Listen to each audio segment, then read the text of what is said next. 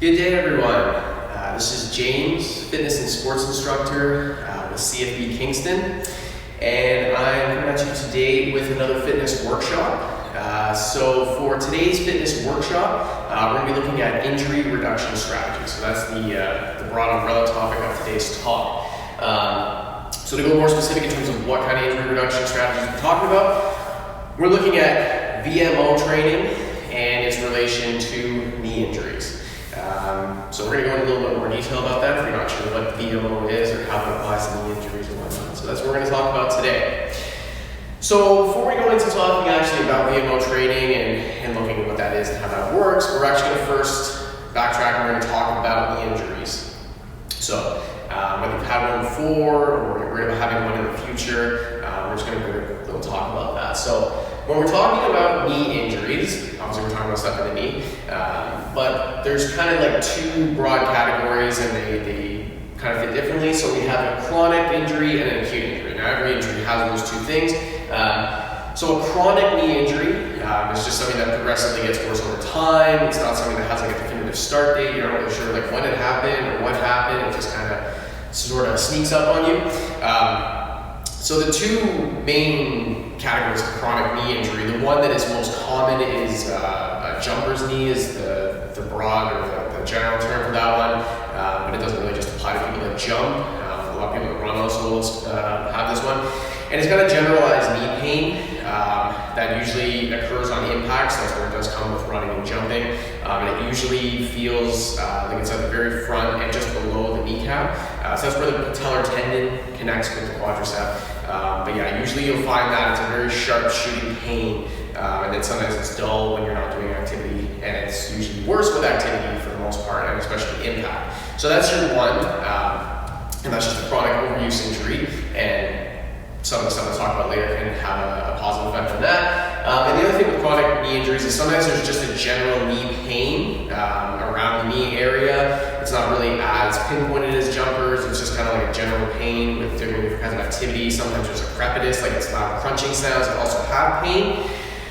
And those are basically usually caused by maltracking the kneecap. So the kneecap's not gliding the way it's supposed to over top of the bones. The kneecap kind of sits on top of the bones and it's supposed to glide, but if it gets into a weird position or a weird shape, it'll start kind of pushing and moving around things that it's not supposed to. So, and that one's usually just caused by some imbalances or some kind of like mechanical things. So those are the chronic ones. Again, those are like long-term kind of build-up things. And then you have your acute knee injuries. So an acute knee injury is something that is a bit more pinpointed, something happened and then your knee hurt and you remember it, right? So usually those are in relation to kind of like traumatic things with the mechanism of the knee. So something happened. A lot of times they're like impact related. So if you're playing a sport and you get hit on the knee, like if you're playing football or if it's hockey or something and someone makes contact with the knee and it moves in a weird direction. And usually the acute ones have to do with some structure of the knee. So you're talking about meniscus injuries. So the meniscus is a little connective tissue between the two parts of the bone, keeps it together. So if you get a little bit of a twist, you're gonna hurt that meniscus. So that's one of the acutes, and the other acutes would be with the other connective tissue, your ligament structures. So you have 4 ligament structures in your knee. So if any of those, the most common that people know of is your ACL, right? Your anterior cruciate ligament.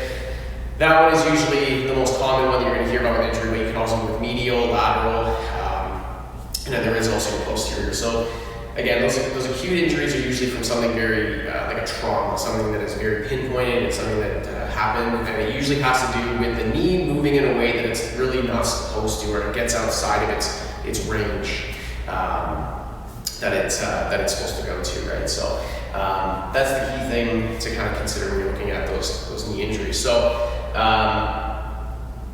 the big thing with the acute is, again, some of the stuff that we're going to talk about here can kind of help to prevent some of those things because you have a little bit of that base. We're going to talk about that. So just a little quote on the board. Weak things break is a quote from Louis Simmons. If you're not familiar with Louis Simmons, he's a bit of an odd character, but also kind of a smart guy. He is very synonymous with the powerlifting world. He started Westside Barbell, which was an extremely successful powerlifting facility gym with tons of guys that come out that are very successful. So Louis has some odd quotes and some odd things he said, but this one is one of those things that he had said made things break, and it's been kind of a quote that's been thrown around a lot, especially in the powerlifting room, and it kind of applies here, in that he was just saying that if you have structures that are not strong, they are more prone to break. So it's kind of a simple statement, but it has a broad context. So to break that down into this talk, muscle tissues, so any of your muscular tissues can protect your connective tissues, and that's some of the stuff we were talking about before with some of our knee injuries, right? So a lot of times, like the idea of muscle tissue gets a little bit overblown, that you can have imbalances, or you can have too big of a muscle, or it's too strong and that's what caused the injury. Those are very far outlying situations, and usually as long as you do have proper movement mechanics and your movement's good when you're doing certain things, which would be a whole other topic of discussion, but as long as you do have those good mechanics with most of your movement, the muscle itself is not going to really cause much of an issue, but in fact it has a huge benefit. The muscle tissue is there, and its purpose is to create movement, but it is also sometimes to resist certain movements or excess movement, as well as to support the connective tissue with doing things where you require impact and whatnot, right? Because if the muscle tissue isn't there, or it's maybe not quite strong enough, or maybe it's like a little bit inactive or dormant that doesn't fire at the right times or the right sequences, then that purpose that it was supposed to have is going to get sort of pushed towards the connective tissue. And connective tissues really don't have those qualities, especially as well as the muscle tissue, so that they don't have them at all. So sometimes connective tissues can have a little bit of an absorption quality, but there's not really the primary purpose. The primary purpose is to kind of lock things into place and keep them from moving. So if you kind of take away that muscle tissue factor, take away that protection and that thing that's going to help those connective tissues, now they're taking the brunt of the force. And because they're taking the brunt of the force, now they're more likely to, as this quote says, break, right? So that's a very broad concept of a lot of muscle tissues and a lot of their effects on connective tissues within the body, but we're going to focus specifically on how it applies with the knee structure. So one key thing within that knee structure that we're going to talk about here is our VMO. So the technical term for the VMO is the vastus medialis oblique muscle. So it's a very worded thing here. Essentially what it's just saying is the oblique is just the shape of the muscle, but the medialis part is the important part. It's a muscle structure that sits on the inside part of your thigh, right beside the kneecap on the lower portion. So that's important for a couple different reasons of where it is and how it kind of functions. So again, it is the muscle belly that is the closest to that knee, and it's on that interior medial side. So again, so it's on that inside part, right beside the kneecap, right towards the bottom. So the two big things that it's involved with from a movement mechanics perspective, and this is important for when you're looking at training considerations as well as to understand how it helps protect from injury. The one thing is involved with extensively, more so, sorry, to kind of backtrack, the vastus medialis oblique, the VMO, that's one of your four main muscles within the quadriceps. You have three others that are in there as well. But from a perspective of looking at it kind of like in a little bit of isolation, it is more involved than some of those other muscle units in terms of terminal knee extension. So terminal knee extension is when your knee gets fully straightened. Now that's not to say just moving your knee into a straight position. That's when it's terminal knee extension under some sort of load or force, right? So when your knee has to fully straighten or push into that straight position, that terminal knee extension where it gets to the full straight position is going to be pushed more in terms of that quadricep muscle, pushed more towards that VMO muscle, and it's going to be more involved with that mechanism. So that's why it's really important, especially because of the fact that when we're going back to like those acute injuries, when we were talking about that primary injury that that everyone sort of gets thrown around a lot, it's the scary one, the ACL injury. Well, that is hyperextension of the knee. So that is when the knee extends past that terminal extension. It goes too far into extension, and then there's too much pressure on that ACL ligament, and it either tears or completely separates. So it's not a fun one. So that is why that VMO muscle is so important from that acute injury perspective, is that it helps with that terminal knee extension. The other part of that too is that it also imparts in terms of chronic, right? So when you're looking at chronic knee injuries, again, you're looking at impact stuff. So again, a lot of impact is done with terminal knee extension. So you're going back to that chronic phase. So if that muscle is there, it takes some of that stress off of that patellar tendon and absorbs some of that force before it gets transferred down. Then you're going to get take away from some of that chronic as well.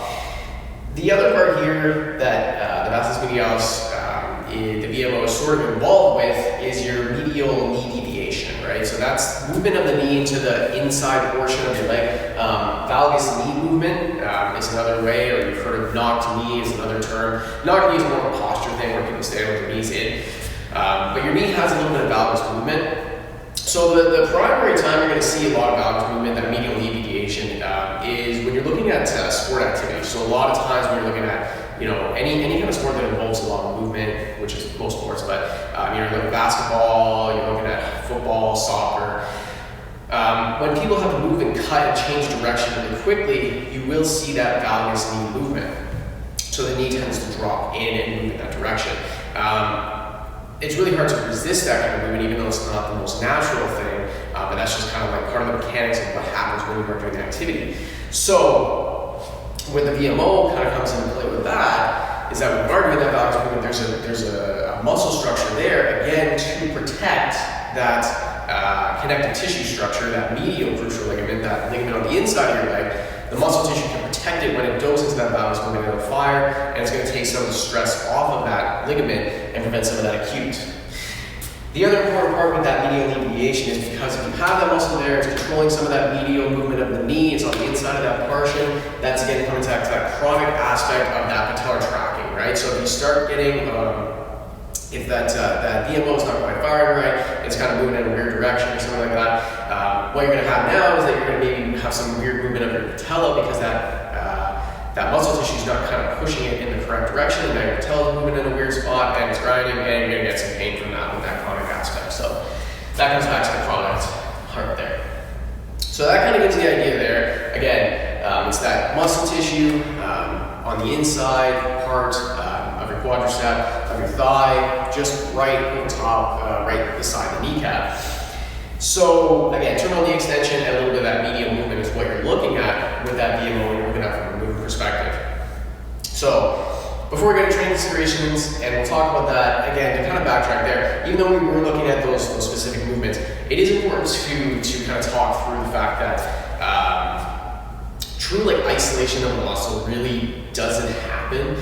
Muscles are very synergistic, and the term of isolation is kind of a layman's term that really doesn't actually apply. You can't fully isolate a muscle because other muscles will always be involved. That's just kind of how the body works. But what you can do to a certain extent is by knowing the way that the muscle moves and operates and where it is and how it kind of works in the body, is you can bias towards that muscle a little bit more. So even though some of your other muscles might be involved, you can bias more towards that muscle area. So that's the important kind of thing to think when you're looking at training considerations and how am I going to train the VMO. It's just to remember that you're not fully isolating it, but you are trying to bias more towards using that muscle a little bit more by playing off on some of its functions and what it's going to be doing. So when we're looking at training considerations, we're going to talk about 4 things. So when you're looking at training the VMO, trying to build it up, maybe get it firing a little bit better.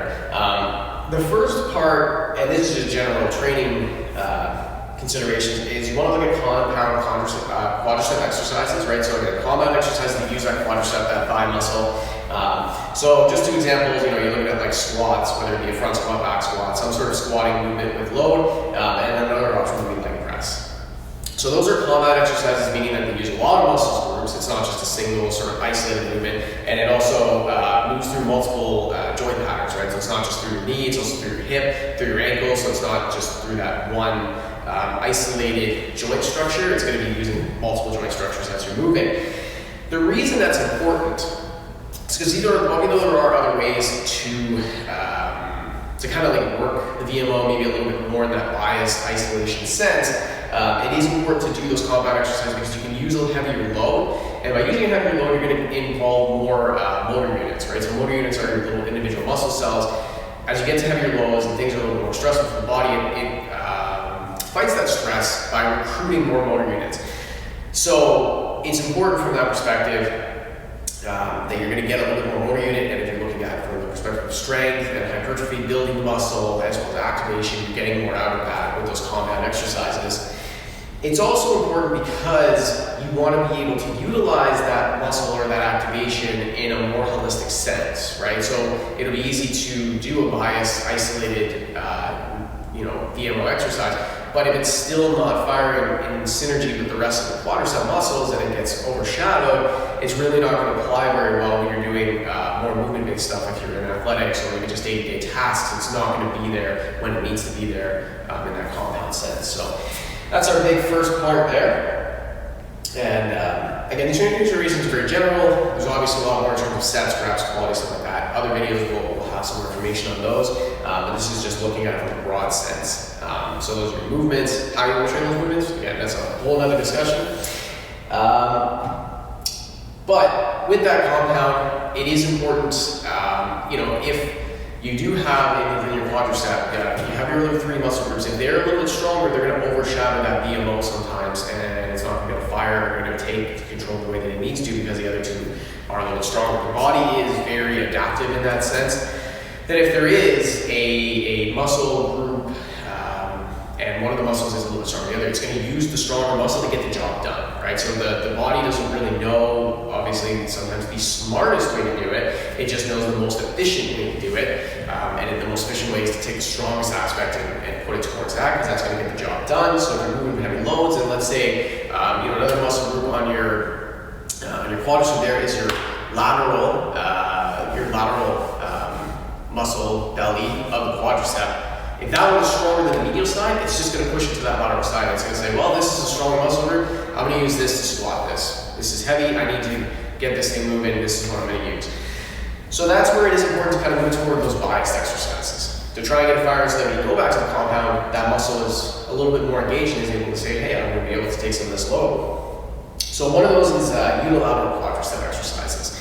So they're still compound because you're moving through usually multiple joints again. It's not just knee, you're also using hip and ankle. But unilateral means single leg, so you're just going to be moving one leg at a time. And because you're going to be moving one leg at a time, the VMO does get a lot more involved because it has to work a lot more in terms of knee tracking, so it's going to fire a little bit better if you're focusing on those good mechanics. Which the primary thing is just keeping that knee in line with the top of your foot and not allowing it to deviate in and out. So there's lots of examples of unilateral exercises that are really helpful from this sense. You're looking at any kind of lunging movement, walking lunges, stationary lunges, split squats, step-ups are another really good exercise, especially if you do them with the slowest center quality, so coming down nice and slow. So using the bench, stepping up, but also stepping down really slow, and focusing on that knee tracking and how it's firing. Another exercise would be a rear elevated split squat, so with your back foot up, going into a lunge position. So any of those are really good. The other benefit you get from unilateral exercises that you don't quite get as much with compound quadricep exercises, so you get a little bit more of that terminal knee extension with those movements, as well as there is that medial knee deviation that you have to resist. So both of those components help to get the VMO a little bit more involved with those movements. And the other reason, and it's kind of contrary to the compound reason, is because you usually end up using a lighter load, you're able to focus a little bit more on the movement. It's not as much of a make or break, gotta move it sort of thing. You can slow things down, you can kind of focus on the muscle, and you can focus on that medial knee deviation, kind of keeping things in line, as well as some of that terminal knee extension, and really kind of focusing on coming into that full extension and using that VMO muscle to create that extension. So, getting into even more of an isolated sort of thing, if you're really having trouble and things still aren't kind of moving along, another option is to actually really get into like that primary movement and that terminal knee extension, right? So again, that's fully straight into the knee. So a lot of times when you're looking at especially like the compound exercises, and even when you're looking at the lateral exercises, you don't get really full terminal knee extension under load, right? So as you get towards like that terminal knee extension, the load goes away. So we're looking at squatting. As you squat down, it's heaviest. When you get to the top, there's not as much pressure on the quad because it's more just kind of a downward force. So creating that terminal knee extension is a little tricky with those compound exercises, but it's not when you get into more an isolation base. So when we're talking isolation, we're talking isolation of the joint structures, and the joint structures talking about how your knee. So just doing a seated leg extension machine exercise. So we've all seen this at the gym, so it's just a seated one, and it's just moving through that knee flexion, knee extension movement, isolated completely at the knee because of where the fulcrum is. So doing a leg extension machine will help you with that terminal knee extension.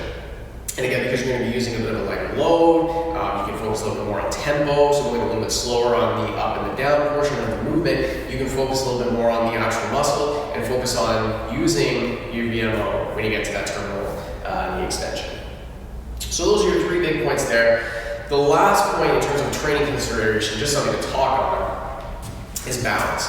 So we're not talking about balance training, what we're talking about is balance of the training. So the key thing with that is that even though you are focusing a lot on your quadricep stuff, right? So you want to build up those quadricep muscles specifically towards the VMO to try and help reduce knee injuries, but you still need to train the other part of the leg musculature. You don't want to over bias towards just quadricep, because then that's where we come back to what we were talking about before, that having too much of a muscle with bad mechanics and bad movement can actually be a detriment. So that's where we come back to balance. So you're looking at doing knee flexion exercises and stuff that is working the posterior chain. So when we're talking posterior chain, we're talking about hamstrings and your glutes. So those are exercises like curls, or doing any kind of posterior chain movement, like hinge patterning, deadlifts, kettlebell swings, stuff like that. So you want to include those with the other stuff as well. And that's just kind of creating a holistic training plan or training ideas that you want to make sure that everything is under that umbrella, right? So it's just noted there that even though you are focusing on quadricep, because it does help with prevention of some of those knee injuries and patterns, it's not the only thing you're going to be doing. You have to balance it out. You have to work the other synergistic part of the muscle, which is the opposite movement, right? So the quadricep is knee extension, and then when you're looking at the posterior chain, you're looking at knee flexion as well, some other stuff. So that's the important consideration there. So that's more or less wraps it up. So we'll just kind of sum everything up again as we go through. So yeah, we talked a little bit about knee injuries. So you got your chronic stuff. Chronic is long-term use stuff. Acute, that's something bad happened and now your knee hurts.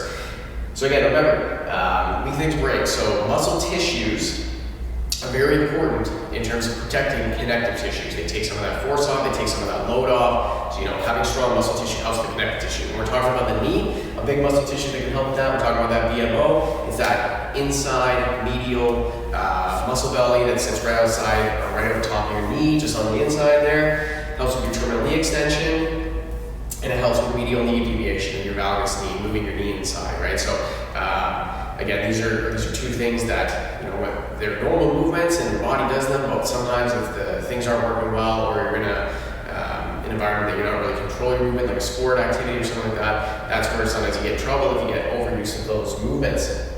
So we're talking about training considerations again. Compound exercises is a big thing. Get lots of motor units involved, and then moving to some of the biased stuff. So again, you're using a lot of unilateral training exercises to get that VMO firing a little bit better, so it works better on the compound stuff. And then your terminal knee extension exercises as well, if you want to get really isolated into that muscle.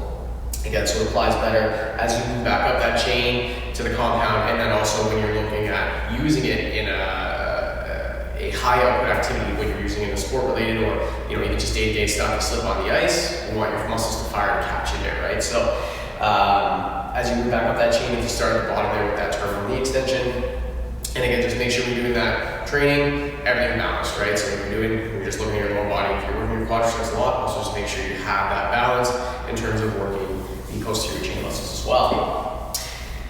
So hopefully today's topic gave you a good idea of just the importance of some of that quadricep training and some of that specific training towards VMO, and how that can really help to, again, injury reduction, injury prevention strategies, help you possibly, prevent some of those traumatic or chronic knee injuries.